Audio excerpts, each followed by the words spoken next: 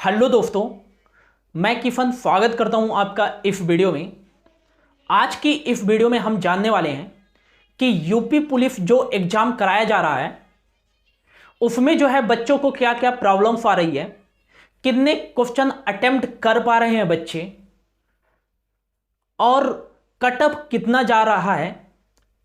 इसके बारे में पूरा एकदम रियल जानकारी जो है प्रदान करने वाला हूं मैं, क्योंकि जो है मैंने भी यूपी पुलिस का एग्जाम दे रखा है। मेरा जो एग्जाम था यूपी पुलिस का वो था 23 अगस्त की सेकेंड शिफ्ट को। तो ओवरऑल मेरा एक्सपीरियंस क्या रहा यूपी पुलिस एग्जाम को लेकर, और जब मैंने और स्टूडेंट्स से बात की तो उनका जो है क्या जो है ओवरव्यू रहा एग्जाम को लेकर, कि उन्होंने क्या बताया एग्जाम के बारे में कि हमारे इतने मार्क्स कम क्यों हुए। तो चलिए स्टार्ट करते हैं, और आपको लास्ट तक जरूर देखनी है वीडियो, ताकि आपको एकदम रियल इंफॉर्मेशन पता चल पाए कि आखिर में जो है सच्चाई है क्या। आपने बहुत सारे बड़े बड़े प्लेटफॉर्म पर जो है कट ऑफ से रिलेटेड, क्वेश्चन रिलेटेड वीडियो देख चुके हैं। कट ऑफ रिलेटेड वीडियो बड़े बड़े प्लेटफॉर्म बता चुके हैं कि जो बच्चे 110 प्लस क्वेश्चन करके आए हैं, जो बच्चे 105 प्लस क्वेश्चन करके आए हैं, अलग अलग प्लेटफॉर्म अलग अलग कट ऑफ बता रहे हैं। तो इसमें बच्चों को जो है कंफ्यूजन बहुत ज़्यादा क्रिएट हो रहा है। और जिन बच्चों का एग्जाम 30 और 31 अगस्त को है तो उनको भी जो है बहुत सारे डाउट्स उत्पन्न हो रहे हैं कि हमारा एग्जाम कैसे जाएगा, क्या हम 110 क्वेश्चन करेंगे तभी हमारा सिलेक्शन हो पाएगा कि नहीं हो पाएगा। सारे डाउट क्लियर करने वाला हूं दोस्तों। तो सबसे पहले मैं अपना एक्सपीरियंस शेयर कर रहा हूं, है ना। मेरा जो एग्जाम था 23 अगस्त की सेकेंड शिफ्ट को एग्जाम था। हालांकि मेरा जो सेंटर था काफी दूर था, शामली डिस्ट्रिक्ट था दोस्तों, और मेरे घर से और सेंटर की जो दूरी थी वो लगभग 1200 किलोमीटर के लगभग थी। तो आने जाने में मैंने वहाँ रुका नहीं, मतलब कि एक दिन पहले चला जाता फिर वहाँ रुकता, तो वैसा मैंने नहीं किया। मैं डायरेक्ट जो है घर से निकला, और घर से निकलकर जो है नेक्स्ट डे जो है एग्जाम टाइम पे मैं सेंटर पहुँच गया था। तो मेरे को काफ़ी ज़्यादा जो है वीकनेस टाइप की होने लगी थी, थकावट टाइप का हो गया था, है ना। इसके बाद जो मेरा जो रिपोर्टिंग टाइम था वो 1 बजे दोपहर था। 1 बजे से लेकर 2:30 तक जो था एंट्री था। तो मैं 1 बजे जो है एग्जाम सेंटर पे पहुंच चुका था। आधे घंटे मैंने रेस्ट किया, और 1:30 बजे जो है मैं एग्जाम हॉल के में जो है पेपर देने के लिए मैं जितने भी डॉक्यूमेंट्स वगैरह हैं वो सबमिट मैंने किया। फिर 1:30 बजे जो है मैं एग्जाम जो हॉल है, जो भी रूम नंबर है, मतलब मेरा जो 22 रूम नंबर था, उसमें मैं जाकर बैठ गया। अब एग्जाम जो होना था वो 3 बजे से स्टार्ट होना था। तो 1:30 बजे जब मैं चला गया तो मेरे पास जो थे वो लगभग 1.5 घंटे का टाइम था। तो 1.5 घंटा मैंने जो है बैठ कर बिताया, ऐसे बैठे रहना, है ना, मतलब एक बोरिंग टाइप का फील होने लगा था। और ऊपर से आपको वीकनेस है। तो पहला जो टर्निंग पॉइंट था कि बच्चों का सेंटर बहुत दूर होने के कारण बेचारे जो बच्चे हैं वो काफ़ी ज़्यादा वीकनेस हो जाते हैं, वीक हो जाते हैं, मेंटली एकदम डिस्टर्ब हो जाते हैं, काफ़ी ज़्यादा प्रेशर आ जाता है उन पर, नाना प्रकार की चीज़ें आने लगती है। फिर दिमाग में आने लगे यार मैं थका हुआ हूँ, क्या पेपर कर पाऊंगा अच्छे से कि नहीं कर पाऊंगा, निगेटिव चीज़ें आने लगती है ना। तो वो सेम चीज़ें मेरे साथ होने लगी। फिर जैसे ही 3 बजने को 15 मिनट बाकी थे तो मेरे को जो है OMR फीड दी गई, और सारे बच्चे जो भी रूम में थे सब बच्चों को जो है OMR फीड दी गई। उसमें जो है रोल नंबर फिल करना था, डेट वगैरह, ये सारी चीज़ें, है ना, जो होता है ये फिल हुआ। फिर जब 3 बजने को 5 मिनट बाकी थे तब जो है फिल पैक जो है पेपर दिया गया, है ना, क्वेश्चन पेपर।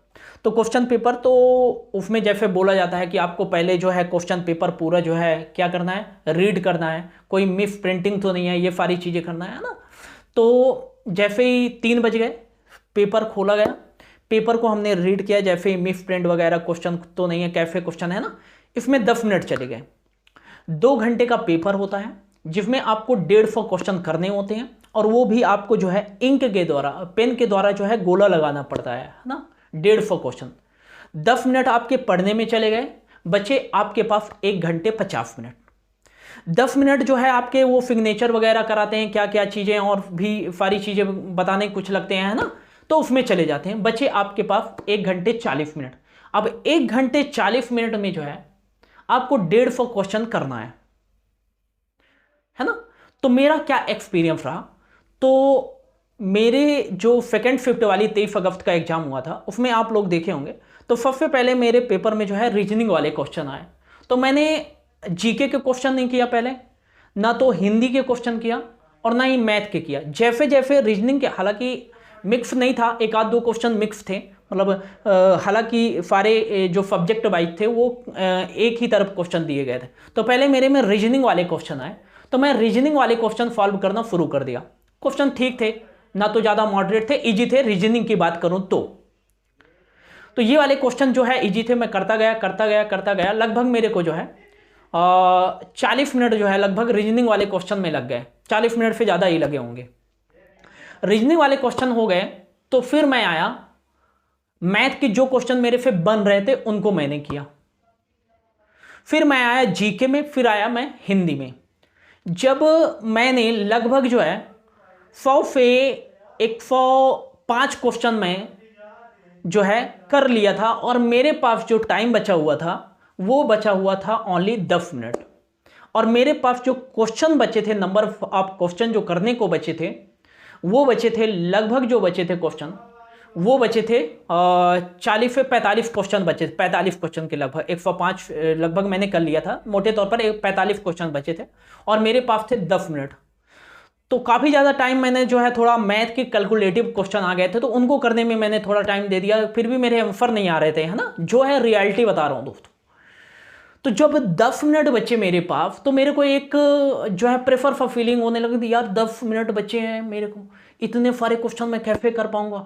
और मेरे में ये मेंटालिटी आ गई कि नहीं, सारे स्टूडेंट जो हैं वो सभी क्वेश्चन अटेम्प्ट करेंगे। जो मेरी सबसे बड़ी भूल और सबसे बड़ी गलती यहीं पास थी। मैं ये नहीं समझ पाया कि जितने सारे क्वेश्चन मेरे सही हैं, जो मैंने 105 क्वेश्चन के लगभग किए थे, तो उसमें जो है 2-4 को छोड़कर सारे क्वेश्चन जो है सही थे, है ना। तो मैं एकदम से जो है भूल कर जो है 10 मिनट बचे, मैं हड़बड़ी में जो है सारे क्वेश्चन पर टिक करना स्टार्ट कर दिया, जो मेरी सबसे बड़ी गलती थी, है ना। और यहां तक आप बिलीव नहीं मानेंगे, जो एकदम इजी क्वेश्चन था कि लोकटक झील कहां स्थित है, सबको पता है, आपको भी पता है कि जो वर्ल्ड का फर्स्ट कह सकते हैं फ्लोटिंग जो नेशनल पार्क है, केबुल लैमजाओ नेशनल पार्क जो है वो लोकटक झील मणिपुर में ही स्थित है। ये क्वेश्चन तक मैंने गलत कर दिया और यही हड़बड़ी के चलते में जो है, जल्दीबाजी के चलते में मैंने जो है 5 से 6 क्वेश्चन बनते हुए गलत कर दिए। काफी लोगों से मैंने इस प्रकार की चीजें सुनी। अब क्या पता आप लोगों से हुआ है कि नहीं हुआ है ना, आप लोगों ने कितना अटेम्प्ट किया, ये मैं अपना पर्सनल एक्सपीरियंस शेयर कर रहा हूं।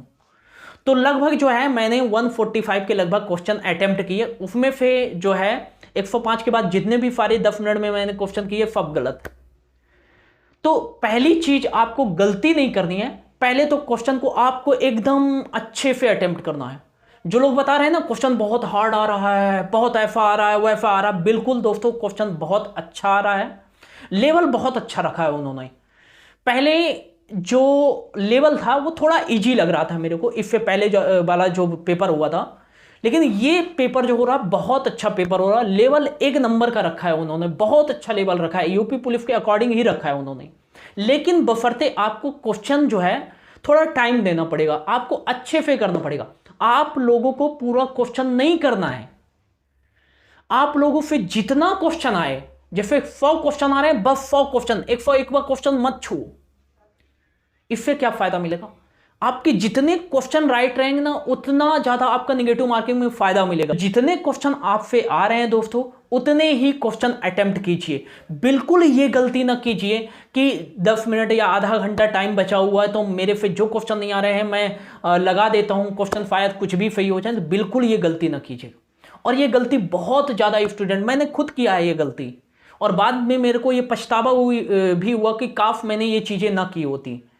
अब जो मैंने जो है 30 से 40 क्वेश्चन गलत किए हैं, वो क्वेश्चन मेरे माइनस मार्किंग में चले, और मेरे एक्चुअल में जो क्वेश्चन सही हैं वो 96 क्वेश्चन सही हैं।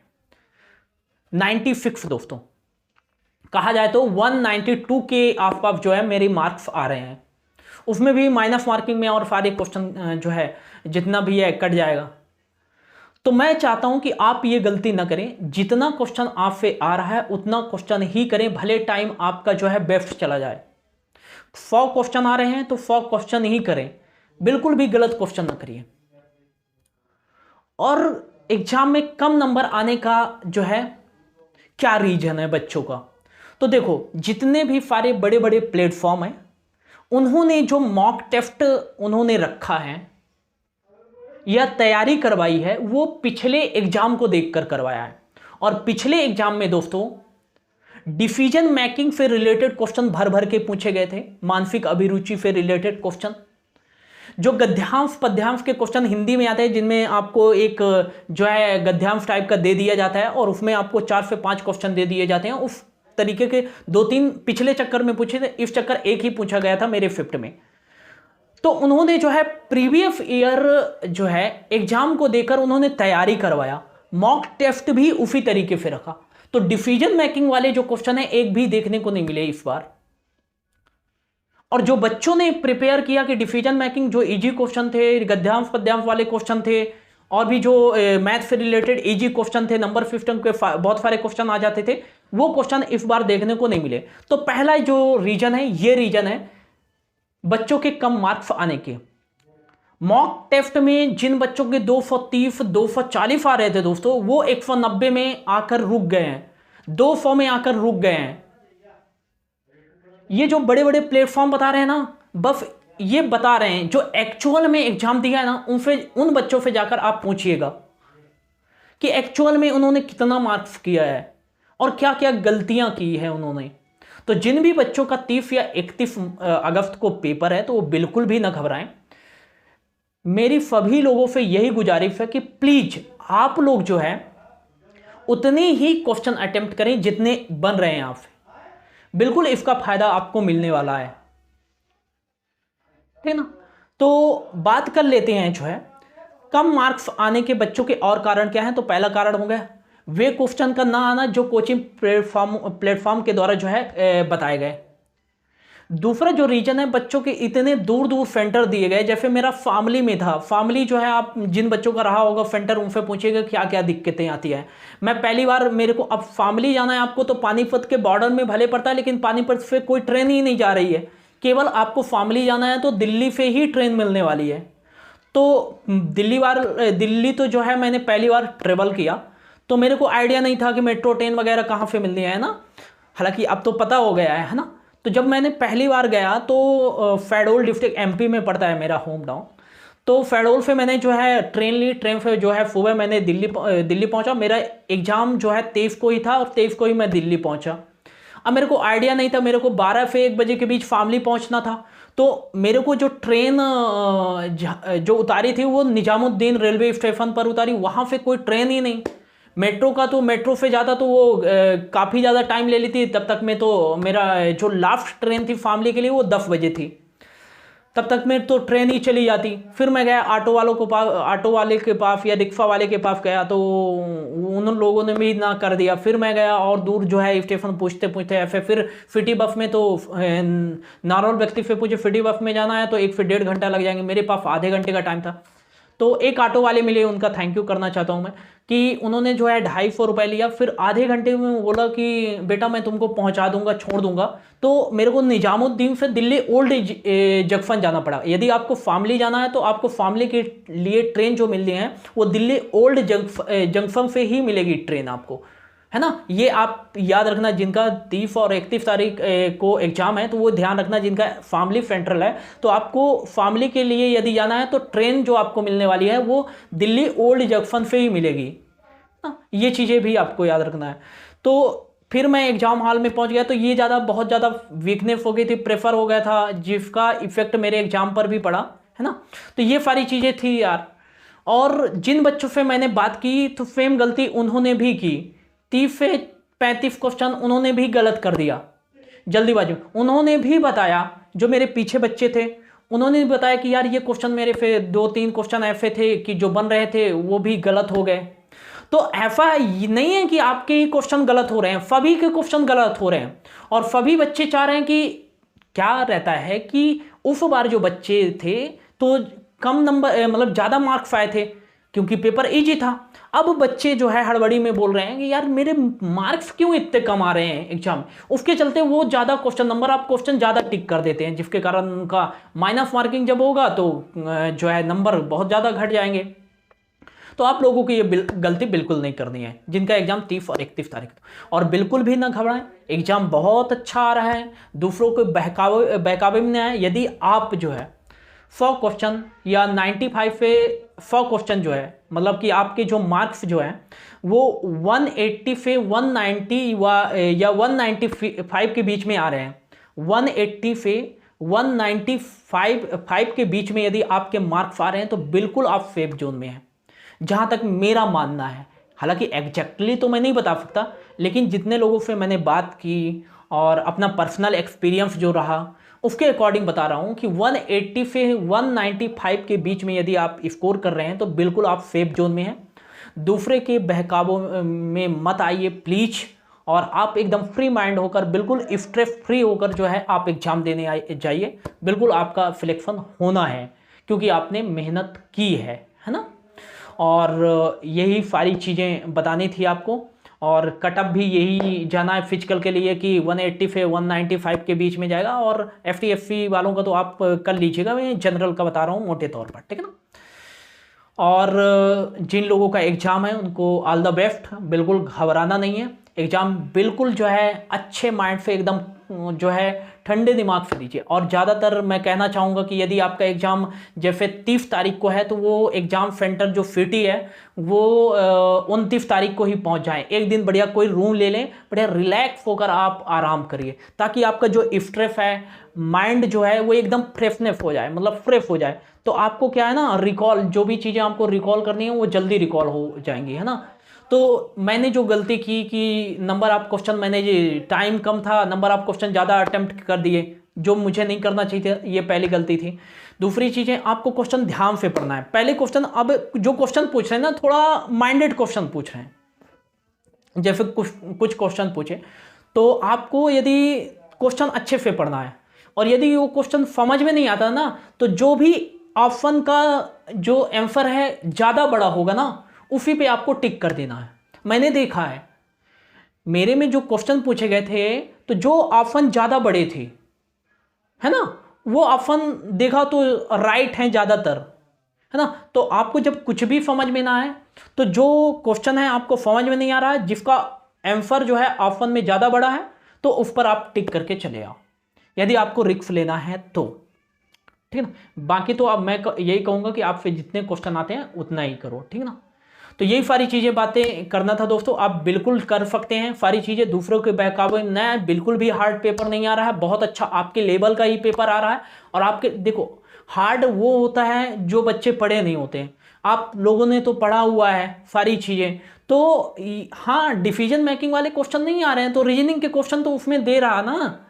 जीके थोड़ा अच्छा आ रहा है तो जीके थोड़ा आप पढ़ के करिएगा, मतलब कि डिसीजन मेकिंग से रिलेटेड, मतलब आपका माइंडेड क्वेश्चन थोड़ा पूछ रहा है आपका जीके से रिलेटेड, है ना, तो उसमें थोड़ा आप देख लीजिएगा। और जीके के क्वेश्चन नहीं आते तो छोड़ दो, उसके जगह जो है रीजनिंग में क्वेश्चन पे ध्यान दे लो, है ना, थोड़ा टाइम दे लो, कैलकुलेशन कर लो, है ना। यही सारी चीज़ें थी दोस्तों, तो बस यहीं तक कहना था, है ना। तो ऑल द बेस्ट जो भी आपका एग्जाम होना है, और होप आप